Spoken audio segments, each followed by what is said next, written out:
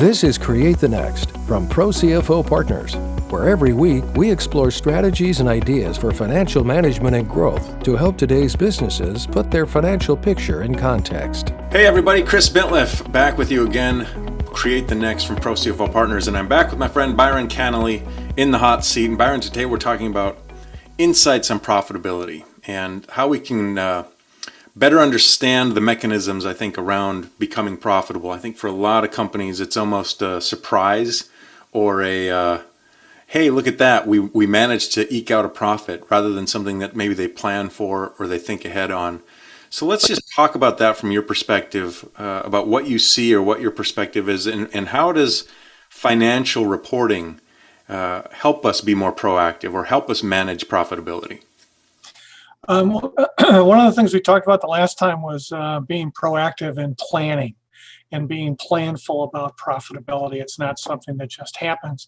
And so when you take the next step of that and you look at reporting that you're doing, either actuals or actual versus budget, is it telling you anything about how the business is doing?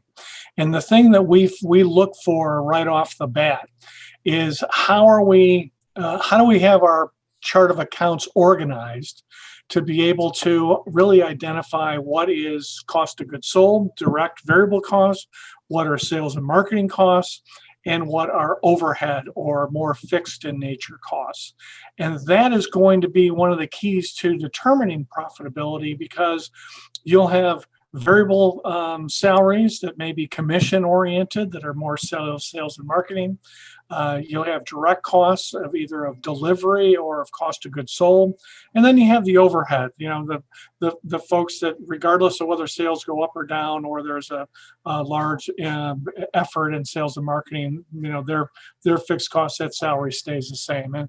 And we find it is such an enlightening aha to our clients that have just recorded salaries as a lump sum in admin, because that's the way they get it from their payroll service. They make a journal entry, they've accounted for all of the costs, but they don't see that really their profitability is hidden in how they account for that, because payroll and people cost is such a huge part of profitability and cost related expenses.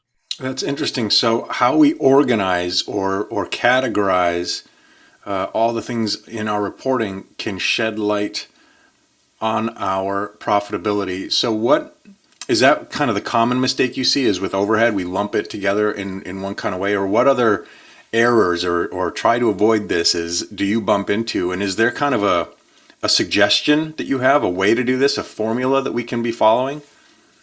Yeah, and I would really start with the people.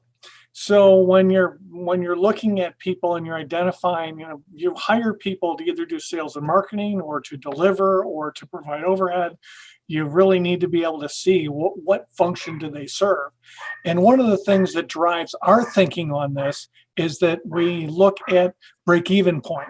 Like, what is a break-even point for a company? And the formula is taking the fixed costs that you have and dividing that by a percentage of what your contribution margin is. So we're kind of driven by this formula saying, well, in order for this to work, you have to have the expenses and costs in the right bucket in order to be able to say, here's my revenue, here are all my direct costs for delivering those services, direct variable costs for delivering the services. That's going to give me my gross margin.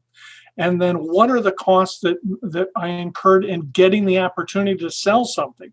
Those are all my sales and marketing costs.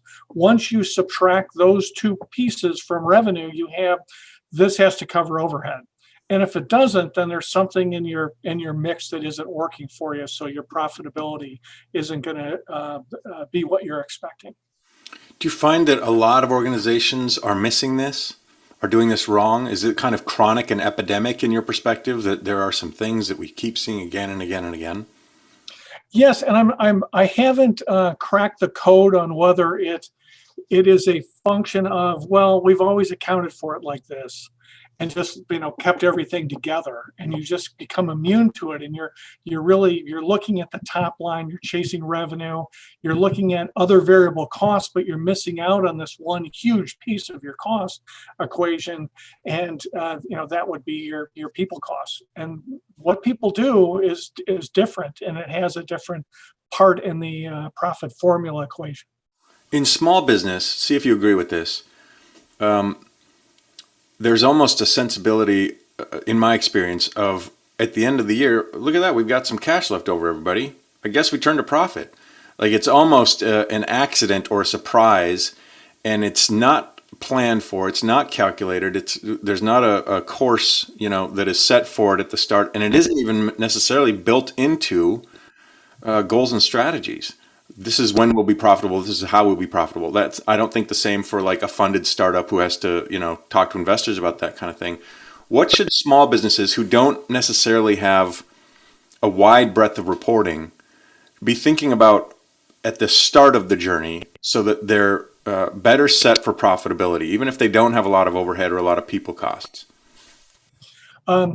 Yeah, that's the dangerous part of the profit equation, is when you start up, because you've been funded and you're trying to build out your organization. So profitability doesn't really enter into your thinking. It's, how do I execute? Yeah. How do I develop products? How do I hire people? I need to hire sales and marketing. I need to hire people in my administrative department. So you're spending money to kind of create the organization.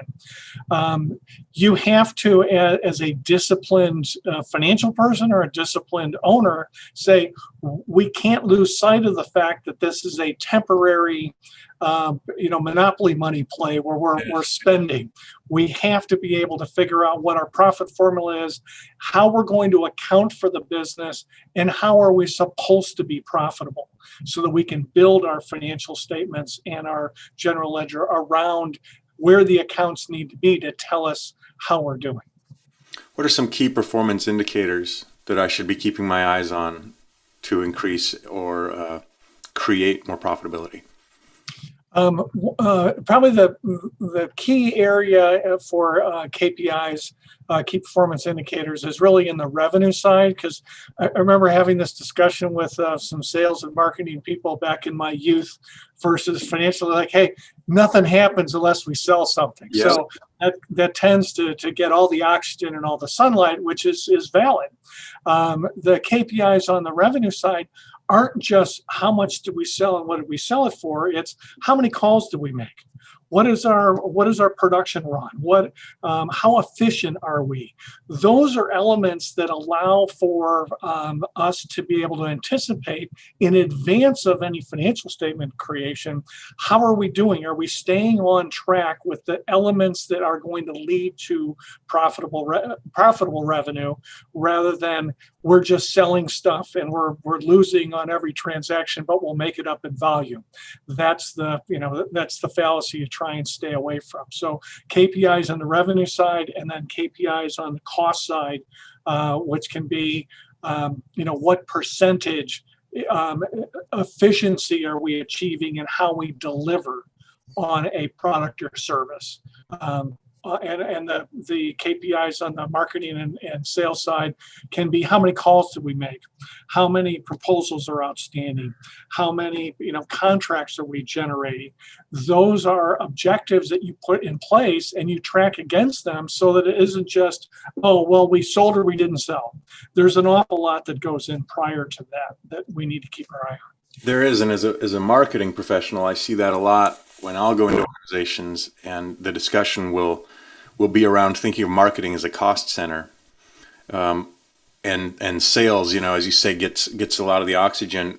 And when I can help them see that there are big and small levers, that when we pull them, they impact the next lever and the next and the next, and then you can start to see this holistic picture.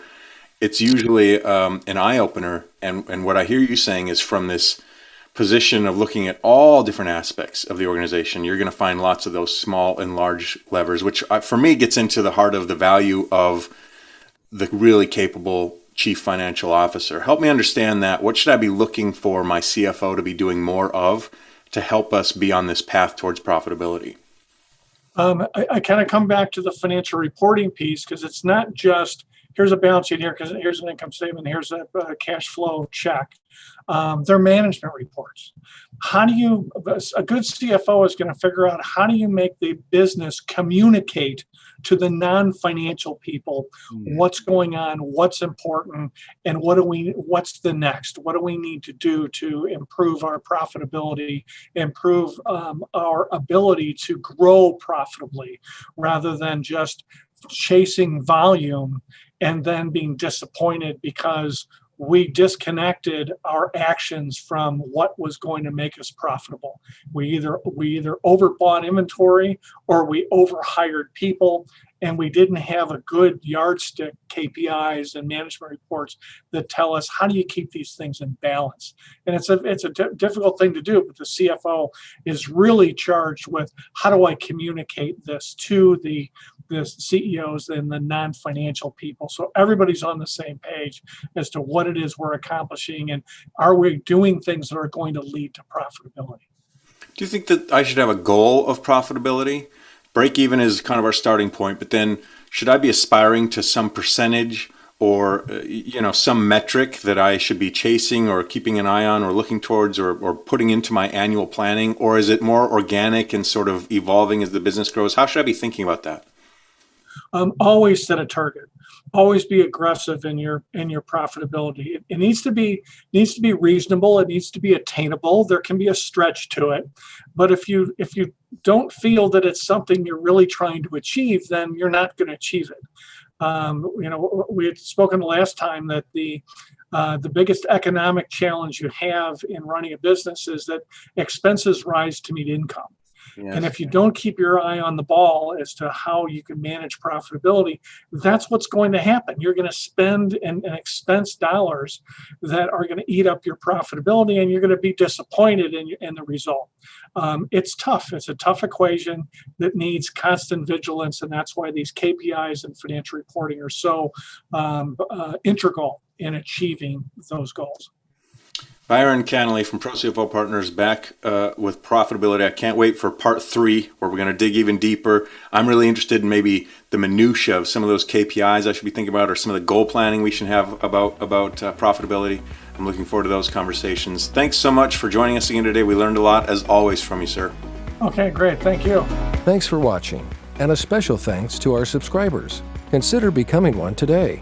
Visit ProCFOPartners.com for more strategies and ideas for financial management and growth to help you put your business's financial picture in context.